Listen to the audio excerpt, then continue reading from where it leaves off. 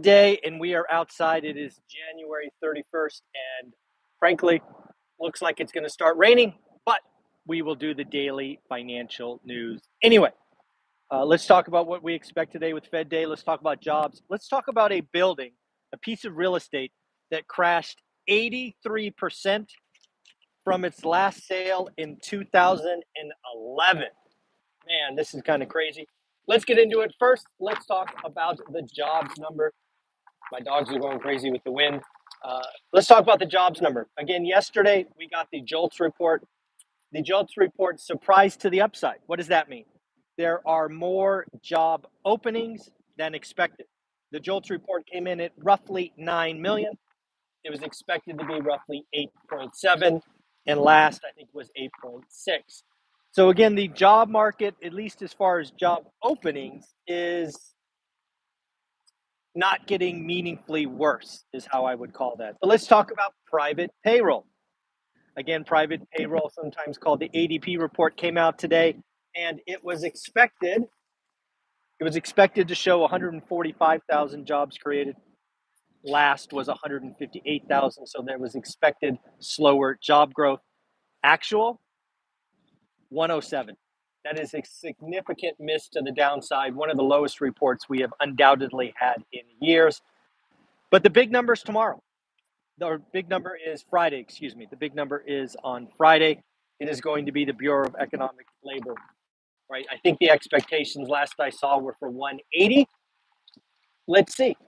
I would expect the bond market to drop. Probably the 10-year note should be under 4%, because again, this is really leading the Fed to say, hey, maybe a March rate cut is in order.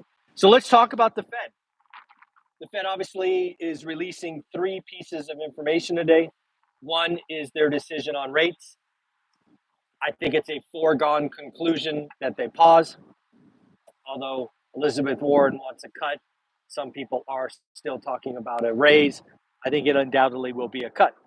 Then there will be the press release. Again, I've always called the press release a collection of middle ground. It's kind of a nothing burger. I expect the announcement to be, hey, we're doing our job, we're encouraged, everything's leaning in the right direction, no decision. Then at 2:30 Eastern, 11:30 Pacific, Jerome Powell will step in front of a microphone, which I think is going to get interesting. He is going to get asked undoubtedly multiple times about rate cuts and timing. He's going to undoubtedly talk about the job market and softening. He's going to undoubtedly talk about threading the needle and soft landing. Will Jerome Powell say something like he did last time? Remember last meeting? I think last meeting, 12 or 13 days before the last meeting, he said, we're not even thinking about cutting rates. And then right in the podium, when he was taking questions, he answered the question, yes, we talked about rate cuts. And that is all it took for the market to drop basically 100 basis points. We went from 5 to the low 4s. That is the meeting that caused mortgage rates to go down. So, will Jerome Powell say something like, yes, we talked about March rate cuts? It is still my expectation, it is still my belief that the Fed understands what happened in the 1960s. They don't want to repeat it. What does that mean for you and me? Basically, I think the Fed goes one more meeting. For example, if a March rate cut made sense, they would wait till May 1st. If a May 1st rate cut made sense, they would wait till June. It is my expectation that the Fed and Jerome Powell does not want to be Arthur Burns. It has been my long-held belief that Jerome Powell is playing for his reputation. He's getting old. He wants to be remembered fondly. He wants the history books to recommend him fondly. He does not want to be Arthur Burns. He would much, much rather be Paul Volcker. But you know what? We're going to find out today. We're going to find out today if Jerome Powell lets it slip that a March rate cut is on the table. Because again, the jobs number ADP, it was meaningfully weaker than expected. The job market is undoubtedly on a trend negative. We have seen something like 100,000 plus job cuts just in January. It is going to, this will be, in my opinion, this is the first Fed meeting I do not have a great feeling about. For the last year or so, you've heard me on this channel basically call what the Fed did -1 meeting when I think they went too far. There was one meeting, I think it was July of last year, where I said they should pause and they raised. Other than that meeting, we've been fairly accurate. I'm not sure about this one. This one could have fireworks or frankly be a nothing burger. I just don't know which way it's going to go. On that end, we have seen mortgage apps. We talked about mortgage applications to purchase up 8% last week. Remember that? Well, this week, folks, down 11. Down 11. So I have to ask you a question. A lot of you are in the housing market. A lot of you have buy boxes. What is going on in your market? Are we seeing buyer exhaustion, right? Is demand just drying up? Everybody that's got a house has a house. Maybe, maybe. Are buyers getting frustrated because they're getting outbid? Maybe, maybe. Or is there just no supply and thus no transactions? I don't know. A mortgage app to me though is kind of it's a precursor to demand, right? In today's market, you don't write an offer and then get pre-approved. Today you get pre-approved, then write an offer. So hey, let me know what you think. Why was purchase apps down 11% week on week? Is it simply rates were up? Maybe. They weren't up meaningfully, but they were up a little. On top of that, we are starting to see, again, I called this year, 2024, the year of acquisitions. Yes, folks, that will also include buyouts. Apparently, a gentleman named Byron Allen has placed a 30 billion, folks, $30 billion bid to buy Paramount. That equates to roughly 14 billion in cash. That's a big check. I guess a wire, let's be clear. And another 16 million or so in debt.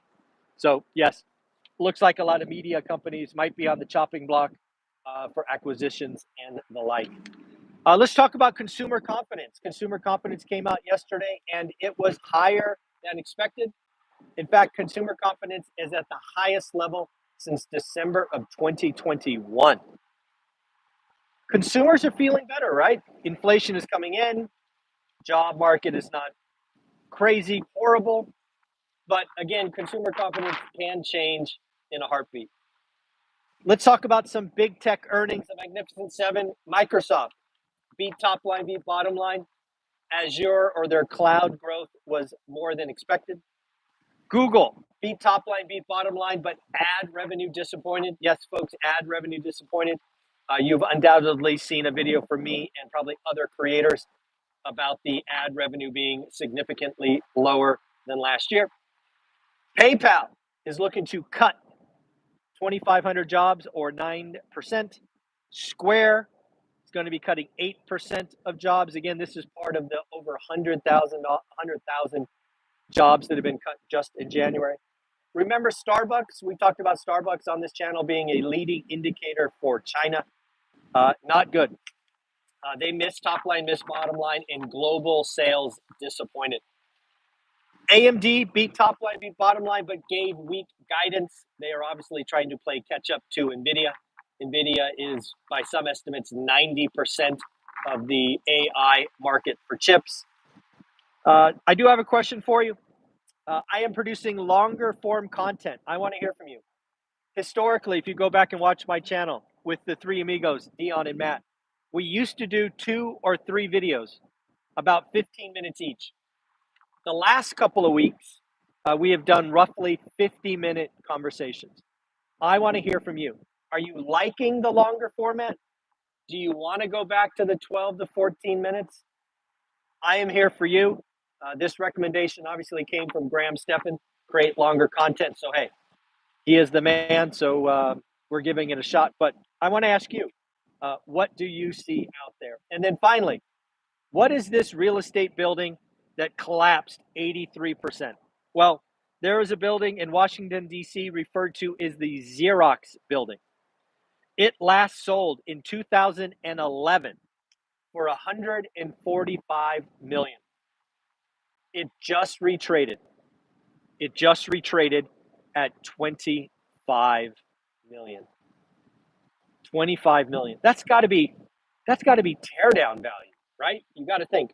Apparently the building is 38% vacant, but hey, $25 million purchase, I got to imagine you could cash flow it even if it's 40% vacant. So folks, at the end of the day, it is Fed Day. Also, it is the end of January. 2024 is 1 month over. How was January? Was it good? Bad? What do you think? Let me know. Again, if you're interested in real estate investing, we have the How to Get Started One Rental at a Time course, giving away $100 in free goodies. You can get the 10-week replay. You can get buy box. You can get stocks, whatever you want. At the end of the day, I want you to have an amazing day. Looks like we did complete this before the rain started, so that's cool. All right, guys, take care of yourself. We'll be back in the office tomorrow. Bye.